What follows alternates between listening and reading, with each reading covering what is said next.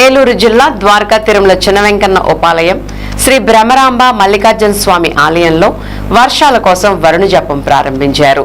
రాష్ట్రం సుభిక్షంగా ఉండాలని, సమృద్ధిగా వర్షాలు కురవాలని దేవాదాయ శాఖ ఆదేశాల మేరకు శ్రీ బ్రహ్మరాంబ మల్లికార్జున స్వామి వారి ఆలయంలో వరుణ జప కార్యక్రమాన్ని ఘనంగా ప్రారంభించారు.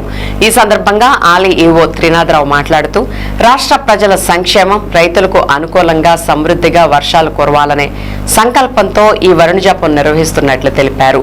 ఈ కార్యక్రమాన్ని 3 రోజుల పాటు నిర్వహించనున్నట్లు ఆయన వెల్లడించారు.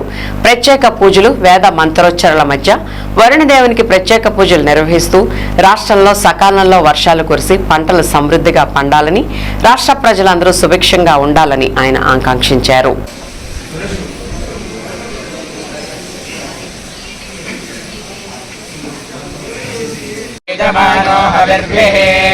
अहेडमानो वरुणेह भोज्यरुचकु समानाय प्रमोषे यथा प्रदेव वर्णव्रतम् मेमसेद्य विद्यवे यत्किञ्चेदं वरुणदैव्ये जने पित्रोऽहम् गङ्गे च यमुने कृष्णे गोदावरि सरस्वती नर्मदे सिन्धु कावेरि जलेऽस्मिन् सन्निधिं कुरु देवी षडुर्वेरुरुन् उडिगालु पेट्टंడి देवी षडुर्वेरुरुणकृणोत विश्वे देवासयः वीरयज्ञो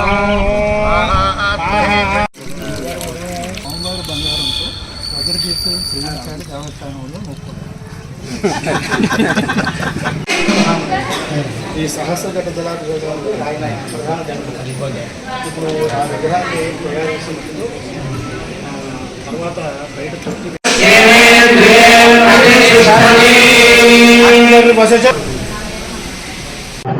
ఓం నమో వెంకటేశాయ. ఏలూరు జిల్లా ద్వారకా తిరుమలలో ఏం చేస్తున్న శ్రీ వెంకటేశ్వర స్వామి వారి కొండపై ఈరోజు మన శివాలయంలో కొండా మల్లేశ్వర స్వామి దేవస్థానం ఏదైతే ఉందో ఆ శివాలయంలో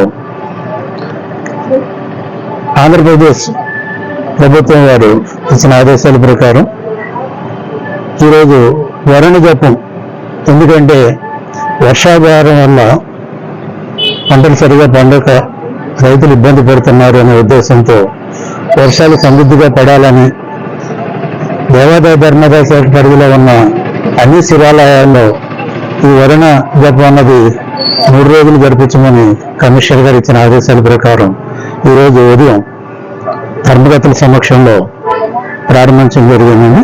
ఈ కార్యక్రమం 3 రోజులు జరుగుతుంది. 3వ రోజు స్వామివారి మూలవిరాటుకి లోపల జలాభిషేకం, జలాదివాసం అంటారు. ఆ జలాదివాసం ఉదయం 8 గంటల నుంచి మధ్యాహ్నం 4 గంటల వరకు నిర్వహించబడుతుంది. కాబట్టి భక్తులందరూ వచ్చి స్వామివారి కార్యక్రమంలో పాల్గొని ఏదైతే ఉద్దేశంతో ఈ కార్యక్రమం నిర్వహిస్తున్నామో ఆ కార్యక్రమం దిగ్విజయంగా జరగాలని, ఫలితాలు అంది రైతులందరూ సుఖ సంతోషాలతో ఉండాలని అందరినీ కోరుకున్నాం.